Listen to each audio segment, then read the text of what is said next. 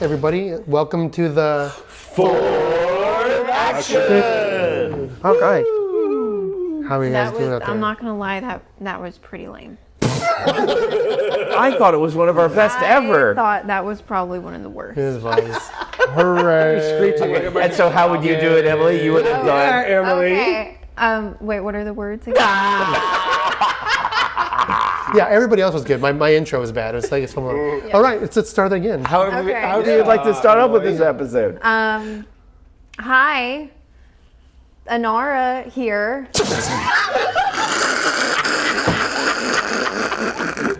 Nailed it. Not so easy, is it now, Mrs. Criticky? I don't remember what the words are. Hey, everybody. We are recording, and That's what we're doing? we're ready to go. And let's welcome. Hey, everybody. Welcome to the Fourth Action! See? All right, third time's Now everybody else was just off. Someone's being picky today. That's good. We strive for excellence in all things. That's right. Consummate professionals. And what episodes are we starting that on? What is it? Is this episode 90 we're about to start? We are about to start episode 90. This is the Roundtable for episodes 80. The one now? 6 through 89. The table is square. Can you guys?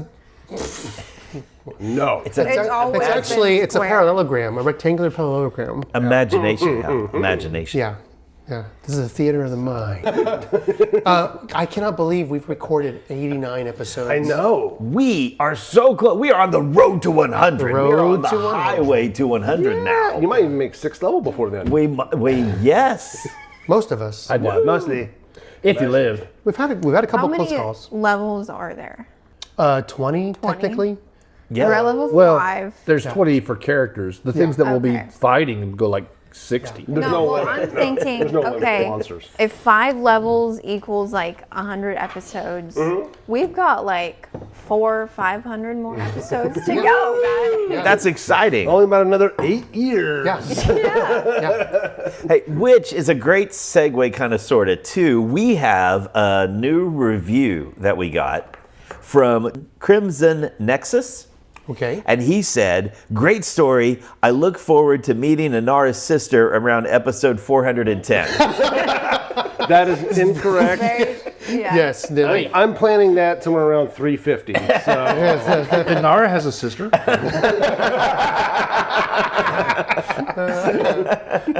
We did mention in an outtake that there was a moment when Inara started to say something, Emily through Inara started to say something, and like the whole table just went, "Shoo," and like leaned in, and in the outtake we say anytime Emily's about to do any lore drop for Inara, everybody just gets super quiet. Okay. And we're just waiting to see if we get another little tidbit. little nugget. The audience may not know this, but we know about as little about each other's characters' backstories as you do. I honestly think they know as little about their own backstory. No kidding. And part of that's... I part of- forgot my backstory.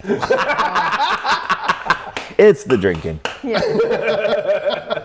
That's the entire point of it. I think Boddy was in the new wave band back in the 70s and early 80s, right? New wave. Sure. And we are missing one of our cast members today. Jessica, who plays Saffron, could not be here today, so you might be missing her voice, but she is here in spirit. Well, I can do her voice. I nailed it. Very accurate. Very accurate. It's almost as good as your Renali voice. Pretty close. It's similar. But that's fitting. But that's fitting because how many times during the episode did our characters talk about Saffron as if she wasn't there? Like we would just kind of, sometimes we wouldn't even take a step away. We would just turn and be like, this little kid's creepy. Yes. It's a long tradition. Yes. It started with, Stagrum. And it's just continued on. As the tradition. Stagrum left, so, Saffron had to step up.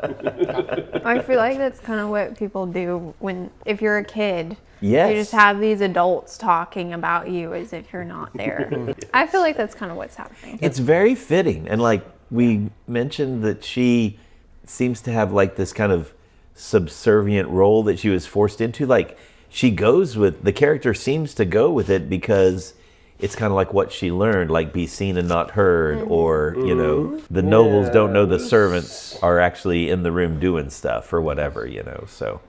So, not to put backstory into her, but I mean, there could be some of that from abuse too, right? So Right, for sure. You don't want to say 100%. anything because you don't know what you might say that could trigger something, right? Yes, yeah. So it's self-defense. Yeah, it's still a self-defense thing. How, as players, how do we feel about Saffron? Like, in any ways that you want to say, like, how do you feel about Saffron so far as players? Yeah, I'll leave it to the players. Coward. I don't know. I think that she's kind of triggers something in Inara that will be interesting to see going forward. I didn't really know anything about her character before she made it. So it's all like kind of a surprise to us what's unfolding. And Nara even goes over and gives her a hug. Yeah. What about Fawin? How does Fawin feel? Oh, well, Brook is suspicious as all get out. Like, I don't trust Brook. Does The not cutesy trust little this, waif wandering alone in the demon woods? No, don't trust this little thing at all. And whether just by design or if Jessica and the DM have been conspiring, but that little kid talked about the thing that pulled on each one of our heartstrings at the moment that she was talking to us. That was all her. Oh my goodness. Yeah. Oh, I'm my gonna simply goodness. say if it had been if it had been Stacy playing the character, Plame would never turn his back to her. That's accurate. It's because you just played with me before. You know, Brook is like, I'm suspicious. I'm gonna roll, and I think I weaseled in 2 perception rolls at some point, and both of them were like a 3 and a 2, and it was just like, no. Fawin is like, oh, this poor little Chilaxian child. If I had grown up poor and destitute, that might be me. We should help. You were just missing the obvious red flags. She's just running back and forth with them. I don't think we're the only ones though, because I think there was a quote from the Discord from Ben. By the way, you guys are so screwed. Since your dice failed those perception checks. I see Ben's paying attention. Yes. And Ben knows that the inspiration for the name Saffron, much like the name Inara, both came from. Except Yeah. mine is just a reference to the name. Correct. Yeah. The character is not the same. No, I didn't put 2 together until Ben Yeah. pointed out to me. He's like, "Hey, you know who that's based on, right?" I was like, "What do you mean?" He's like, "The name Saffron, don't you know?" I was like, "Doesn't ring a bell." He's like, "It's from Firefly, the character that steals the ship from freaking Captain Reynolds, and that almost kills him." Yeah, it's crazy. Spoiler alert! For like 25 years after the show's aired, Good show though. So was that Yeah, the great TV show or was that the movie? TV show. Yeah. Yeah. It's like The movie one of the is later great. episodes. The Amazing Mr. Reynolds? She's in about 3. Is that the one? So I just made that up. Oh well, it could be. Yeah, it's Joss Whedon, so pretty clever titles. So like, Yeah. Was that a reference to the movie? I just made that up. What part of that did you not catch? Oh, perception checks again. Wah wah. I mean, they're subconsciously pulled out, but that just came out of my brain. yeah. It feels like it's sure it's something. probably- Yeah, no, I think that was actually the name of the episode, like The Amazing Mrs. Reynolds or something. Yeah. Like that. Something like And I might remember that. It's been 25 years, but You might be. Our Mrs. Reynolds. Our Mrs. Reynolds. could be. Where? Just look it up. Where in the brain? Like, Oh, No, he just has that roaming around free in there. yeah. Where? Can I remember? there's plenty of room.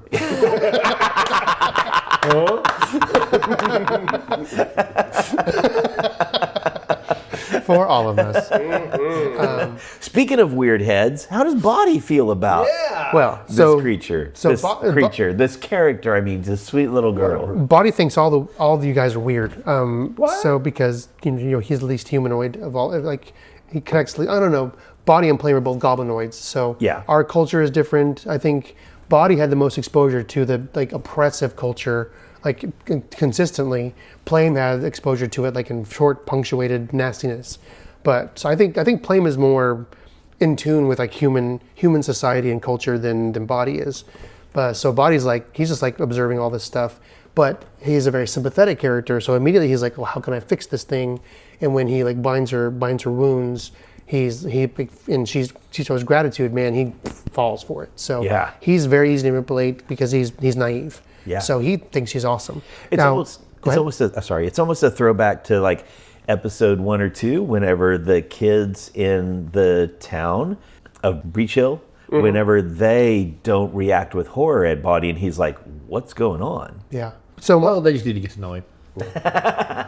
So part of Boddy's deeper backstory is that when he first left the Warrens, away from the oppression of that place, he did a bunch of odd jobs, and he was always faced with like rejection and prejudice because Hat throwing. in the area, the Goblin Blood Wars, where the hobgoblins and goblins fought everybody else, that still, that stings a little bit. That hasn't really faded yet for everybody. So Yeah. not everybody treats him differently, but some people do. And when he got to the town and the kids were not afraid of him, it blew his mind. He's like, "What the heck? Kids are coming up to me? These human kids?" What about the way the Akuje have been reacting to Boddy and Plame?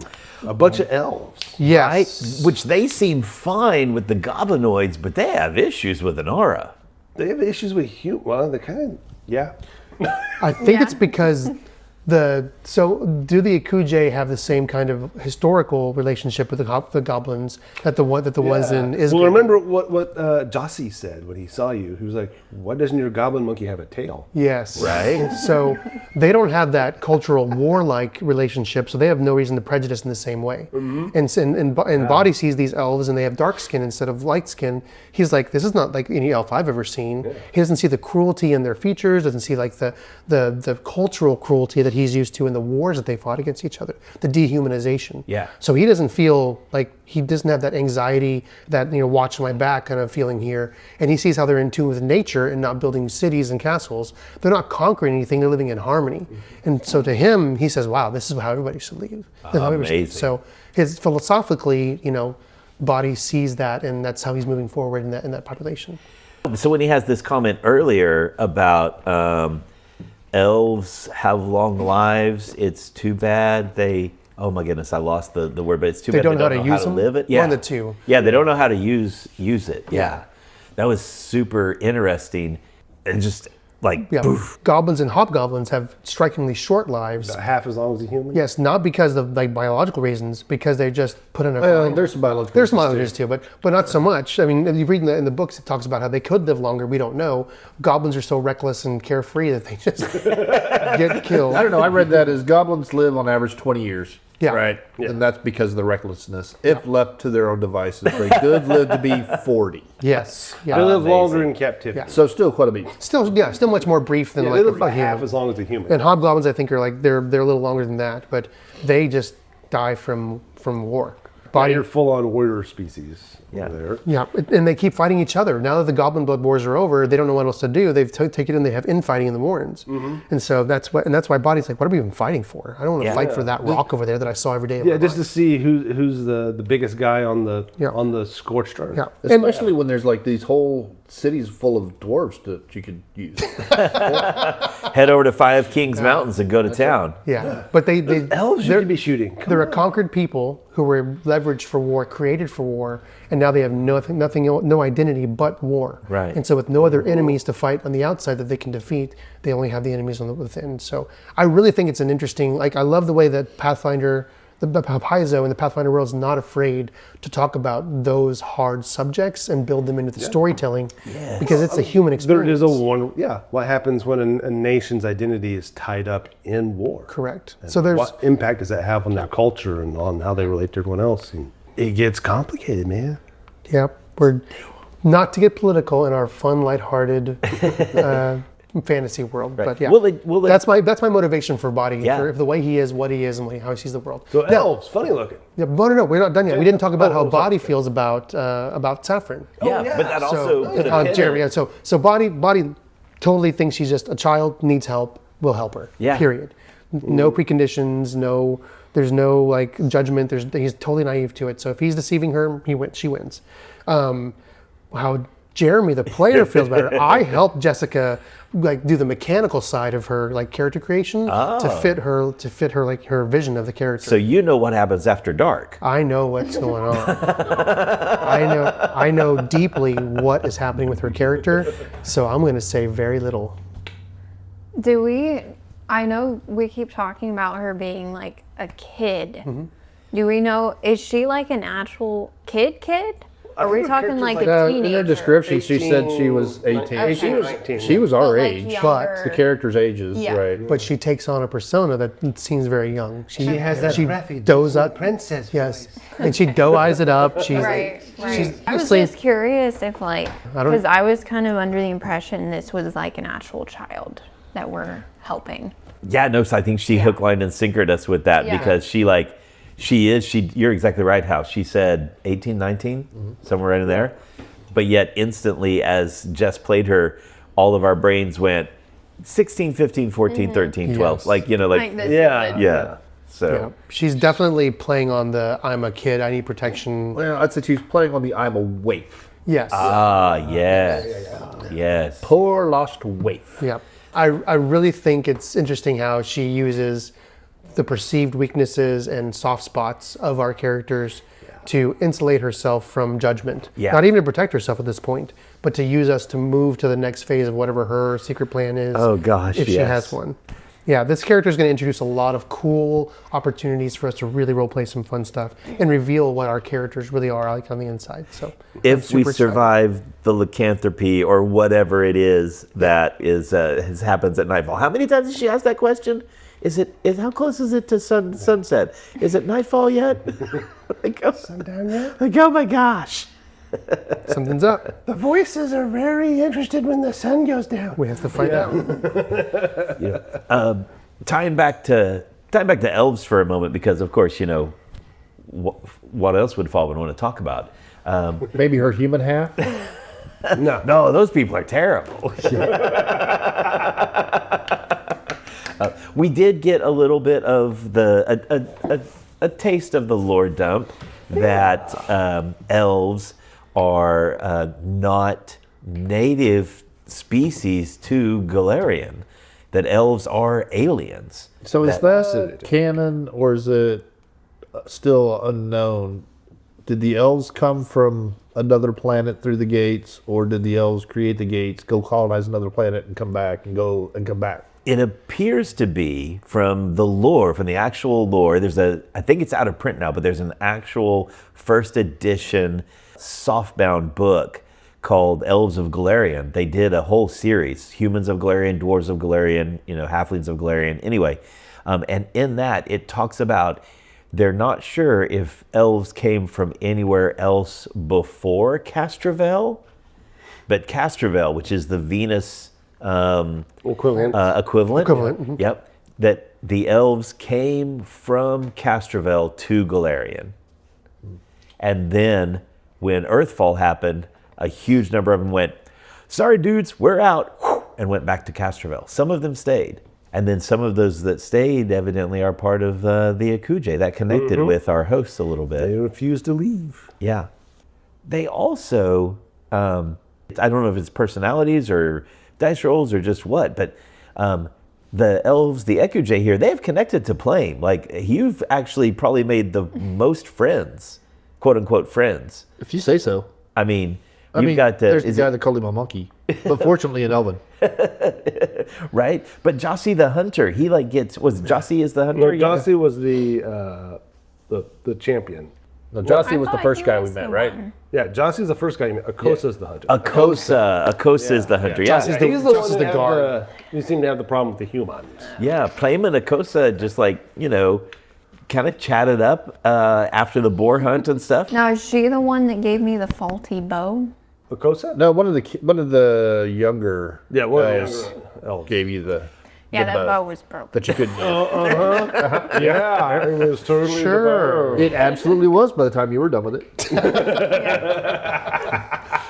How do you think that happened in Inara's and mind? here, that and here, natural and one that broke the bow. How do I you don't think that? know. Like, I just imagine she's using like that normal brute strength that she uses when she's swinging a sword, and she thinks that just applies here. And so Just snap that bow in two. like not even thinking about it. Strangely enough, in like medieval lore, the archers were some of the strongest people in the entire army because their bows were like. They weren't compound bows. They were old, like giant, you'd have field to bows. sit there. Yeah, Long bows. Like 80 to 100 pound draw was minimum, and they were launching freaking giant, like arrows are like Welsh- javelins, basically. Welsh bowmen, the Welsh were really well known for their longbows. Amazing. It's fun to think because you're talking about how strong their shoulders had to be. We usually show archers like I have a bow and my backup, weapon is a dagger. No, you know what the Welsh longbowmen used as backup? Claymores. No, were they? Were they Earthbreakers. Sledgehammers. sledgehammers? Yes. Like, oh, I'm out of arrows. I guess I'll have to use my sledgehammer. yeah. Craziness. I watched a little documentary, and they had dug Crazy, up. man. I watched a little documentary, and they had dug up the remains of a bunch of these soldiers that were buried in a mass grave. Yeah. And they had all these ones had these like really like dense bone structures on their shoulders.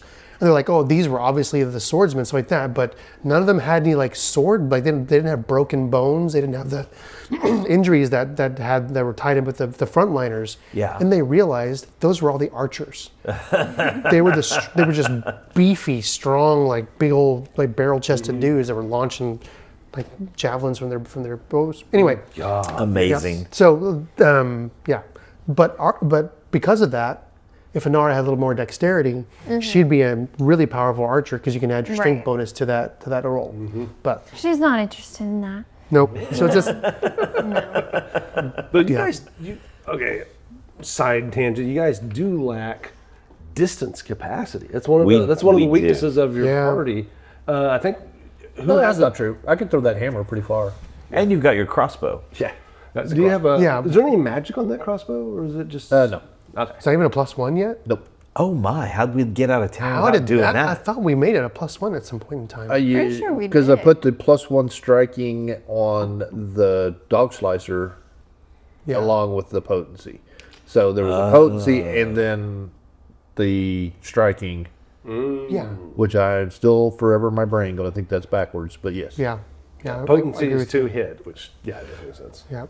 Not to deviate too far, but I don't know that all the people that listen are going to be super familiar with Galarian and why we've mentioned several times the elves fleeing from Earthfall. Yeah. What was Earthfall?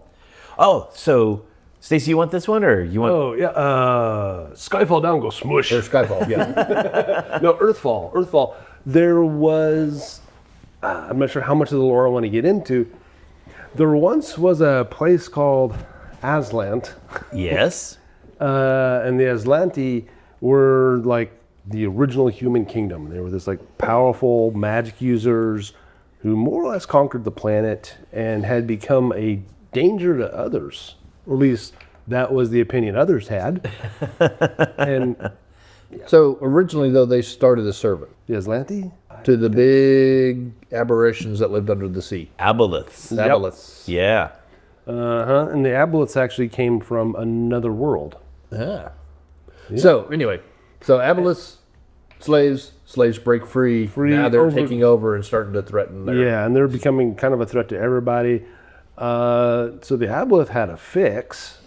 They found something really big floating out in space and just kind of nudged it toward the planet and let it just slam into it. Basically, it was just a meteor strike. Yeah. Yeah. With the idea of they lived under the water, they figure they'll be safe.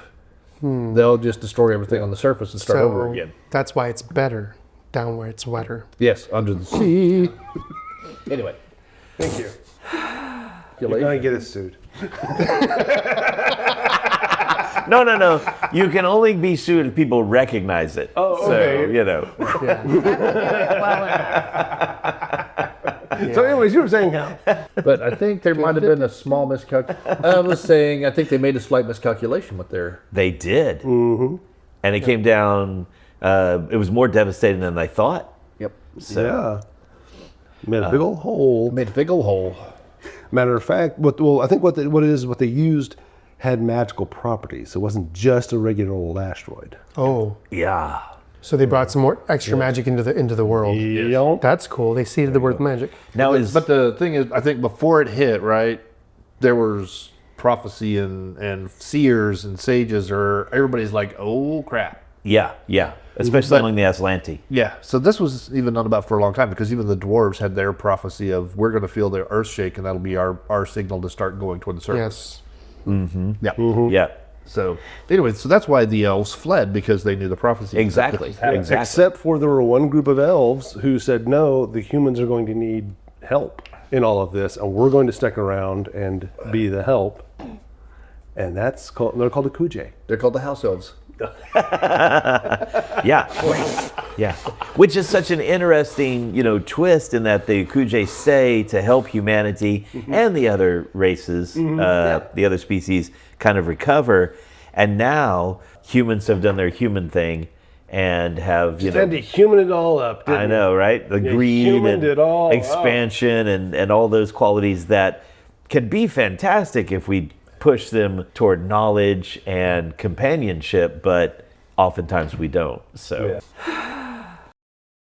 Whitebridge. I know that Whitebridge is a settlement that got destroyed because the humans at Whitebridge were basically pilfering relics and such, right? So there's this group called the Aspis Consortium, and they are, if you could think of them as sort of a mega corporation, I suppose, that uses magic to continue to, extend their influence across not just their continent, Avestan, where they started, but all the continents. They're worldwide.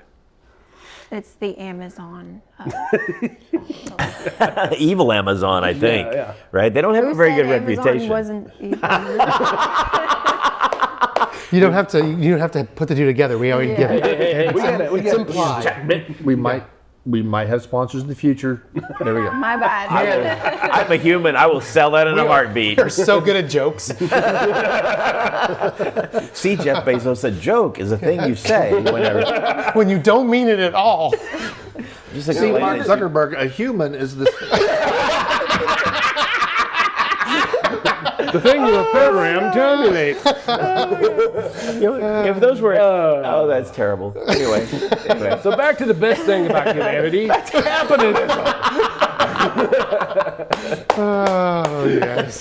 So yeah, they're like evil mega corporation, magical mega corporation. They're all over the planet, and they have discovered that there's gold in them there Garundi hills. Oh no! And so they've been all over Garund, just hoovering up artifacts, rare spices, anything they can get their hands on that they can sell for a profit. If you can imagine that. And they were enslaving a lot of the local tribes, including the Kuje elves, and forcing them to do this. So that was an interesting thing that Plame, when he went off and did his little survey of the town, one of the things that really struck him, and I think he mentioned it in passing the last episode, but this village doesn't have any merchants. There's no stores. Yeah, anyway, I thought that was kind of interesting. It's like there's no stores. Wait a minute. There's no quarters and bits? No quarters and bits. There's an opportunity for expansion. So, yeah. Yeah. What if they have hard times in town and their party's down? Where do they get the fix? Do they got the stuff when the going gets tough? No, because they live out in the sticks. Bravo. Bravo, sir. Bravo. Yeah. If you ever didn't think that the happy drinking song in episode 1 wasn't real, there you go, right there, right? Yes. He is the best ad libber of a lot of us. Hands down. That was fantastic. Yeah. So so they had enslaved a bunch of people, including a Kosa, which is probably why he was such a jerk to humans. Inara. Yeah. And it was Jossi who actually led a party to save the elves who'd been enslaved. And oopsie doopsie, all the humans wound up dead. But they were bad people, so Yeah. Really killed the bad people. Right, that's right. And that's also where they picked up Saffron. Well, then that answers the mystery. They didn't kill Saffron, therefore she must not have been a bad person. Yeah. They took a vote. They decided not to kill it with a rock. Boddy assumes that she's not a threat because these warriors are pretty good at identifying, isolating, and eliminating threats. So, And the form we see right now in front of us is not a threat. not at all. Yeah. Dun, dun, dun. And she's not a spider. This is also a benefit. This is also true. No creepy and hussy transformations, right? I don't know if the rest of the listeners are picking up on this, but Brook has got an agenda. He keeps on looking to me for hints. He goes, in the form we see them in, eyes staring deep in so far we don't think that her form. And I'm just seeing if I get any raised eyebrows or little twitches or something. We don't know what's going on with her. Maybe some kind of lycanthropy or something. Yeah. Yeah. A gentleman never tells. Yeah. You figure it out for yourself, Rob. That really leads into a nice thing. There are a lot of really fun classes in Pathfinder. No doubt. That are very different. I mean, everything from, obviously we have our group here that are pretty Very normal. plain. Yeah. But there's summoners and there's what's the thing with the ion Tassels? stones that There's investigators and there's mystics and there's thaumaturges. There's one that's very Necromancers occult. galore. Unfortunately, bards. Don't pick on Ketty. I love bards. man. I love bards. You almost played a bard, didn't you? I almost played a Well, you almost played a bard. That's That's what it what it was. was. Somebody was, yeah. Oh, I would love to I see you almost play played a bard. You know what? That was She hilarious. was actually With an 18 kind strength. of like Jessica's character. She was younger.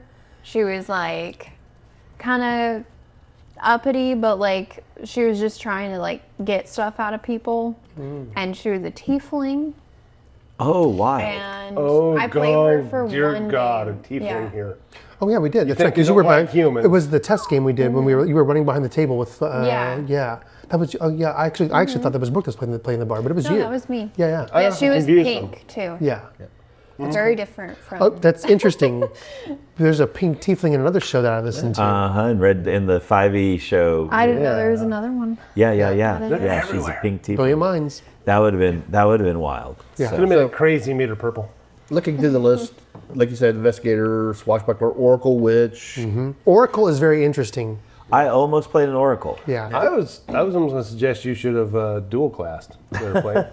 Well, and soon there'll be a necromancer coming out, which I really want to. Yeah. I really want to play with. There's a kineticist. Which is, I Kineticist. think what I was thinking of. It's like- this is the elemental. Yeah, thing. like Avatar: The Last Airbender. Yep. Amazing. Yeah, each one has like an element, and they do. And there's a couple of new ones I don't know that I've actually looked at. Animist and Exemplar. Yeah, Exemplar is really cool. So Exemplar has they choose icons, like features on their body that make them like larger than life. Like so, the one I built one just to test it. He was a strong man, and he had this giant handlebar mustache that inspires people. Right? It's like a Paul Bunyan, or like it's like a more of a Samson sort of thing. yeah, it's the That's same. what this You had. have long hair, but instead he had like I was He picturing. had a long mustache. I was picturing like his name. I named him Voris to give him like a kind of a Russian kind of situation, like one of those big Russian strongmen with like the handlebar mustaches, bare chested, and like the tights on, and walking around with the striped tights and the big boots.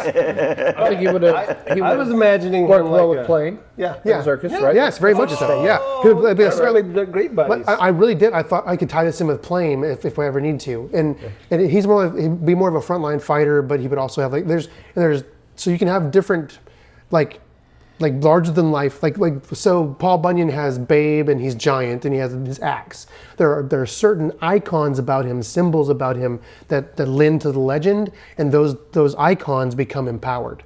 And so they're like a quasi-religious thing, but it's more like the faith of the people that believe in that legend itself. So With the middle finger of Vecna.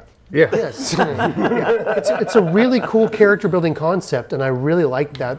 And you can look through the list of icons, and you can like adapt your character and charge them and use them in different ways. Yeah. So think guitar case for El Mariachi. Oh yes, yes. Yeah, the guitar case. Yes. Yes, the Yeah. hard case. Yeah. You nailed it. Yeah, that's exactly right. You know, the idea of this exemplar who gets empowered by some artifact or benefit from his deity, that suddenly reminds me of something we teased about in the last roundtable.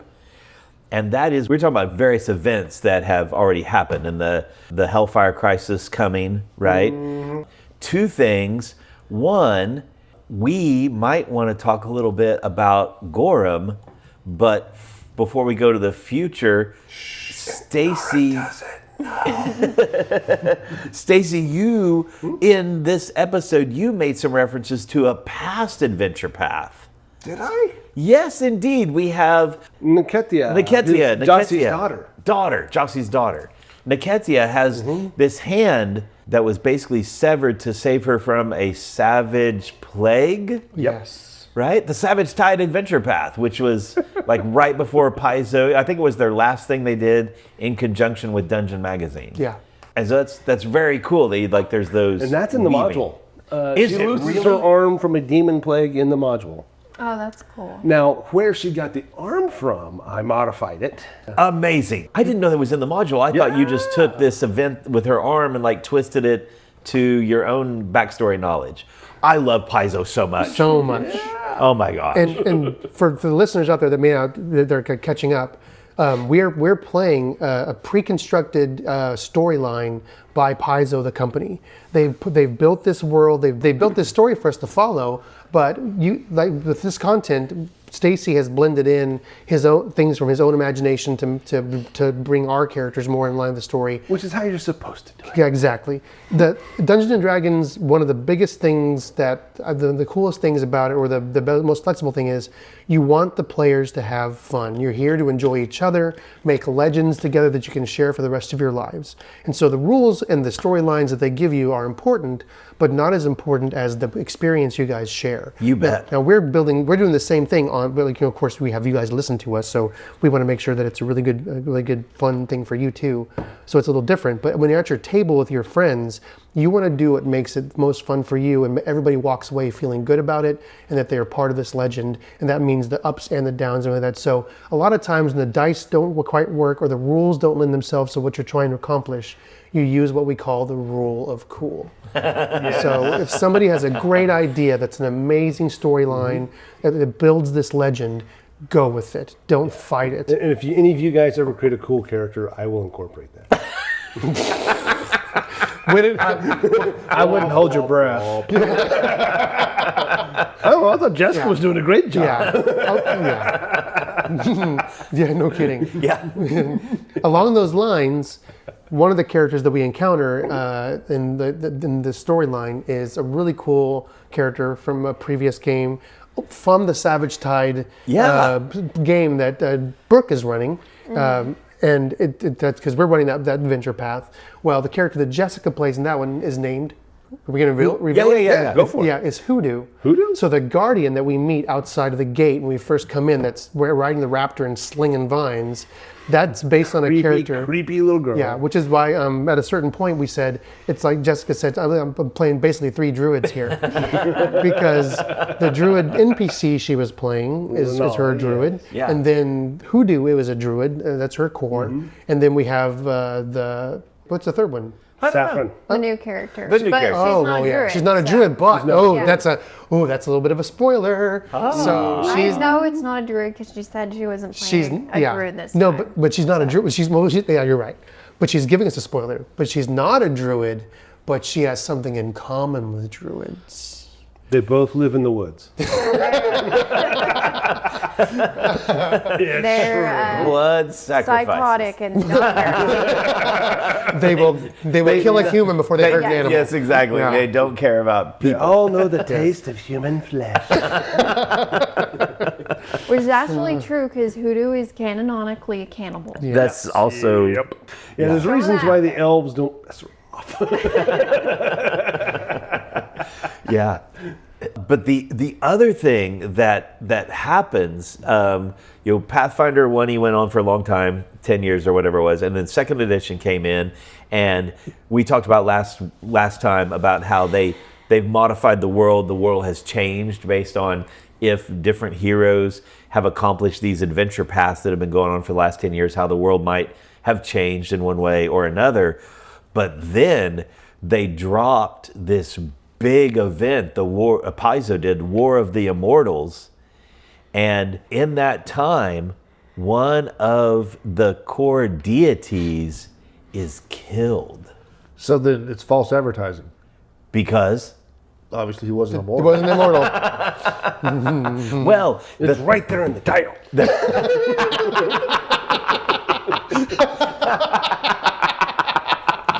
Sorry. Go on, Brook. Like the Firefly movie Serenity, it didn't give me any peace at all. Like I was not excited. Anyway, all right. So, but yeah, this deity is quote unquote killed, and fragments of his spirit get spread across the multiverse, and some of them are on Galarian, and that's where exemplars come from. Which deity? Do we dare say which one? I think we've said it more than once. I think we've made a reference to it. Just not in that manner. Sometime in the future, Gorham is destroyed. The god of war is destroyed, and because his essence gets shattered, war breaks out all over Galarian because there's essence of him that falls to the planet. Yeah, I think that's part of the Hellfire Crisis meta thing, right? So What? Oh my god, they're so smart. the meta event, that's one of the things that pulls the Order of the Rack Yes. back into Breachill to find these shards. There's a shard of, oh my goodness. So the Hellfire, you see, they're such great storytellers, right? You know, and it's back to like giving characters and people things to do. Not to say that Wizards of the Coast doesn't have a rich, gorgeous tapestry to pull from. Right. I'm a huge fan of the Forgotten Realms world, and the way they've blended in that world into the newest edition of Dungeons and Dragons really got me excited about what they're doing over there. Yeah. And I don't want to short them. It's also a really good world to build in and play in, but Paizo just surprises me with their dynamic world that they're building that changes. The depth and Yes. Yeah. Paizo really takes it to a new level. And you can love both. I just happen to love Pathfinder a little bit more. You totally. And maybe it's because it's new. Maybe because I am familiar with Forgotten Realms, and that's like my heyday. Because that's when I really got to love Dungeons and Dragons, the story and the world through Drizzt and all those novels, and R.A. Salvatore and Ed Greenwood and those guys that built Forgotten Realms from the ground up. Ed Greenwood does some great stuff. Yeah, for sure. I mean, even in this path, this very adventure path we're on, they're taking us to other places. They're taking us to Garund and other places. All right. So, in summary, rock fell out of sky. Elves are aliens. Yeah. And now we're in a non-capitalistic forest Ewok village, and we're about to have some food. You should describe the eyes of these Akuje, because we don't talk about how the elven eyes. That's very true. That's true. We need to really talk about because one of the things talking about Dungeons and Dragons versus Pathfinder. See, and this is what got the Aspis Consortium guys killed, because they were waiting to shoot when they saw the whites of their eyes. Go ahead, explain the joke. No. I get it. Yeah, elves have no whites to their eyes. Yeah, Just solid just color. a solid color. Yeah, creepy Norm- little And aliens. half-elves have half of that, right? And half-elves have Only one eye. gigantic irises that fill most of their eye. And both elves and half-elves, the eye color is usually something pretty vivid. Purples, greens. Surprisingly, Black. not too much. Yeah, sometimes just black. Oh man, and Like so, Fallen Soul. You ever confused with Saffron? No, Yeah, they're both Chilaxian. pretty dark. Those Chilaxians, they're Yeah. pretty dark. Yeah, now that also says something, I think, about Jossie. Yes. Because Chilaxians run the Aspis Consortium. That's who they've been fighting. That's also who the uprising was against in Sargava. And yet you have little Chilaxian girl there. Creepy Chilaxian girl. And they did not kill her. even though she basically is on the verge of young woman, like she's 17, 18, whatever she is. But they did keep her at arm's length as well. They didn't They fully did. accept her. Like, they're letting us walk around, they're letting us do stuff. She was in a freaking room, isolated by herself. And was it by choice? And there's That's a good question. There's a little hint that I really liked that Jessica did, and I hope the audience caught it. She said, when we first opened the door, she looks up and she looks annoyed. Right? Like we interrupted something. Yes, there's something but then she puts on a pleasant face, and that's the first manipulation or deception that she portrayed with her character. Yeah. It sets Don't a you tone. hate it when your eldritch ceremonies get interrupted by people? I mean, what you're saying? you put out all the ingredients, you make all the sacrifices, and somebody just forgets the pint of blood. God, people. Dang it. So what you're saying is they haven't killed her yet. Correct. We should find out if they will. Maybe we should, in the next episode, How would we do that? I think we should Roll. friend initiative. See you guys next time. See y'all next time. I got a 20.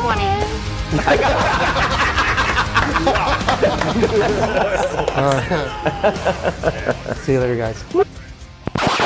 Wherever you're listening to us, leave one. We'll read it. We like them. We're lonely. We're lonely. We need friends. And no,